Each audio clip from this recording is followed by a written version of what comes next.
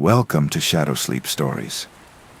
If you're here to unwind, relax, or fall asleep, you're in the right place. Before we begin tonight's story, don't forget to like the video, subscribe to the channel, and tell us in the comments where are you watching from and what time is it for you. Now, get comfortable, close your eyes, and let's drift into the darkness together.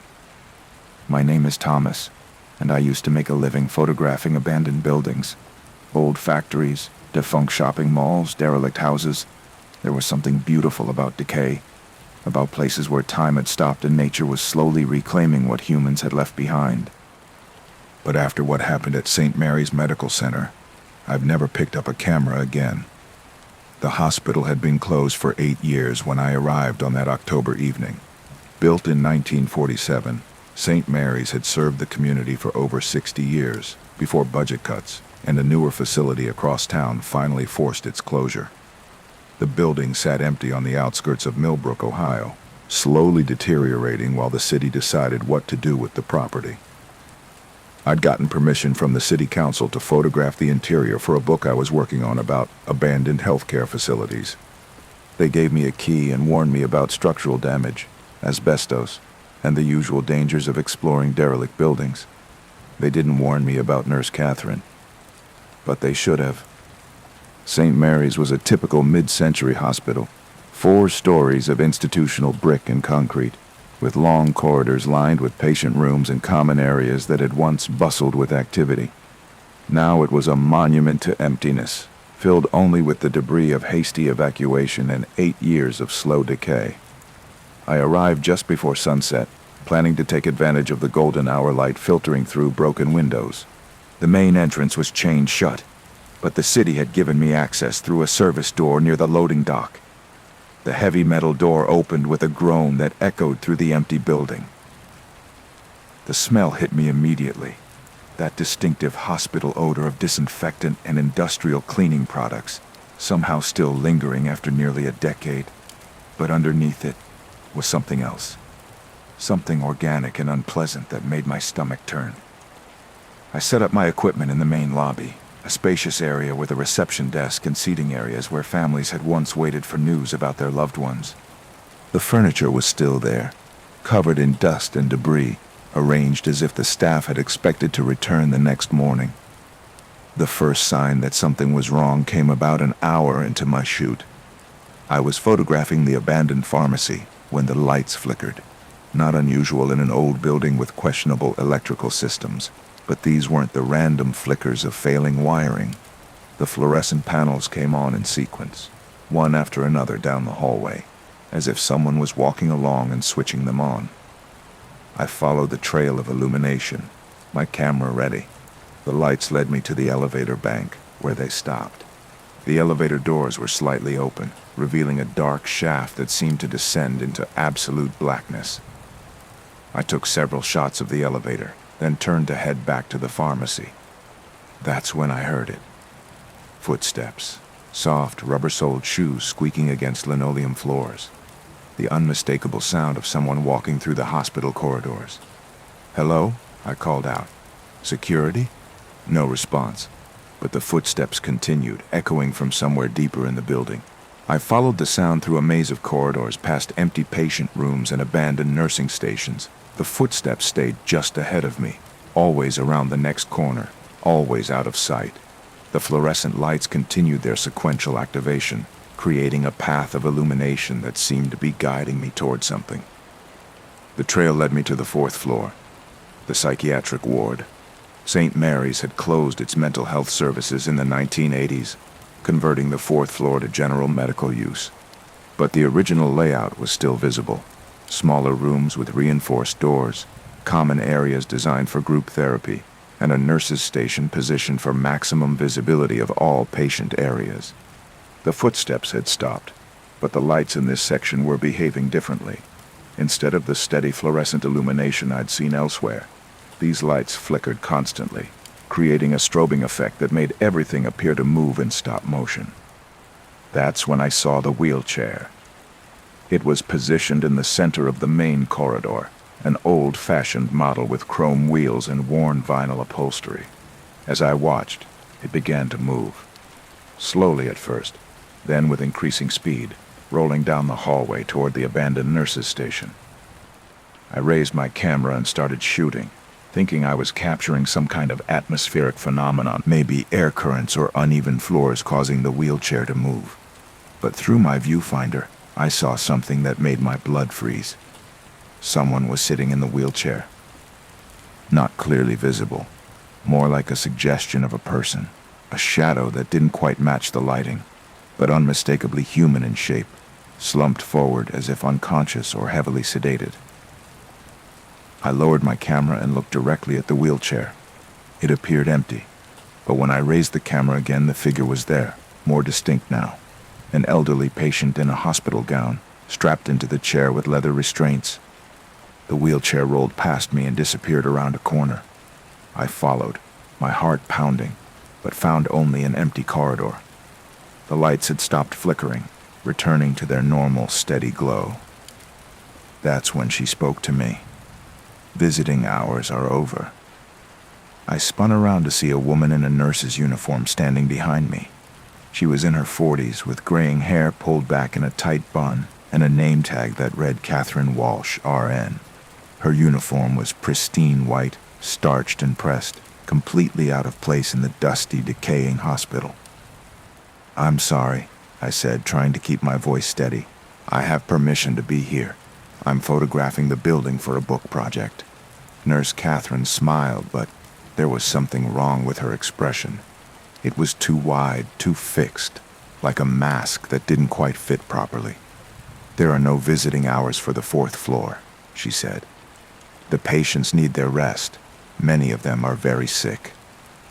I looked around the empty corridor, with its broken ceiling tiles and water-stained walls. "There are no patients here. The hospital's been closed for 8 years. Her smile never wavered. "Oh, Mr. Davidson, you're confused. The hospital is very much open. In fact, we're quite busy tonight. Several new admissions, and Mrs. Henderson in room 437 is asking for more pain medication." She knew my name. I'd never told her my name, and I wasn't wearing any identification. "How do you know who I am?" "I know all our visitors, Thomas. I've been expecting you." She consulted a clipboard that seemed to materialize in her hands. "You're scheduled for a consultation with Dr. Morrison at 9 o'clock. I checked my watch. It was 8:47 p.m. "I think there's been some mistake. I'm just here to take photographs." Nurse Catherine's expression darkened. "Photographs are not permitted on the 4th floor. Patient privacy regulations, you understand. I'll have to confiscate your camera." She reached for my equipment, and when her fingers brushed against my hand, I felt cold that went deeper than skin. It was the cold of winter nights and empty graves, of things that had died long ago but refused to accept their fate. I jerked my hand away and stepped backward. "Who are you?" "I'm the night nurse, of course. I've been working the night shift here for 37 years. Someone has to take care of the patients." "What patients? The hospital is abandoned." For the first time, her smile faltered. Confusion flickered across her features, as if she was trying to reconcile two incompatible realities. "Abandoned," she repeated. "That's impossible. I was just making rounds. Mrs. Henderson needs her medication, and Mr. Kowalski in 423 hasn't eaten his dinner." As she spoke, the lights began flickering again, and I could hear sounds coming from the patient rooms, muffled voices, the electronic beeping of monitors, the squeak of more wheelchairs moving through the corridors. Through the open doorways, I caught glimpses of the rooms as they had been decades ago. Hospital beds with patients lying motionless under white sheets. IV stands and monitoring equipment. Flowers wilting in bedside vases. But when I looked directly into the rooms, they were empty again, filled with nothing but dust and shadows. "They're all gone," I whispered. Nurse Catherine's expression hardened. "No one leaves the 4th floor without a doctor's discharge order. That's always been the rule." She began walking toward me, her soft-soled shoes squeaking against the linoleum. With each step, the flickering lights created a strobe effect that made her appear to move in jerky, unnatural motions.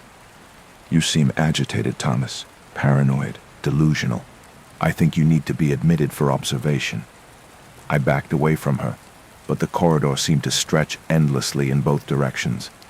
The patient room doors on either side of the hallway began opening and closing in sequence, as if invisible people were going in and out. "Let me tell you about the 4th floor," Nurse Catherine said, still advancing. "This was where we kept the difficult cases, the patients who couldn't accept their conditions, the ones who insisted they didn't belong here, who claimed they weren't really sick."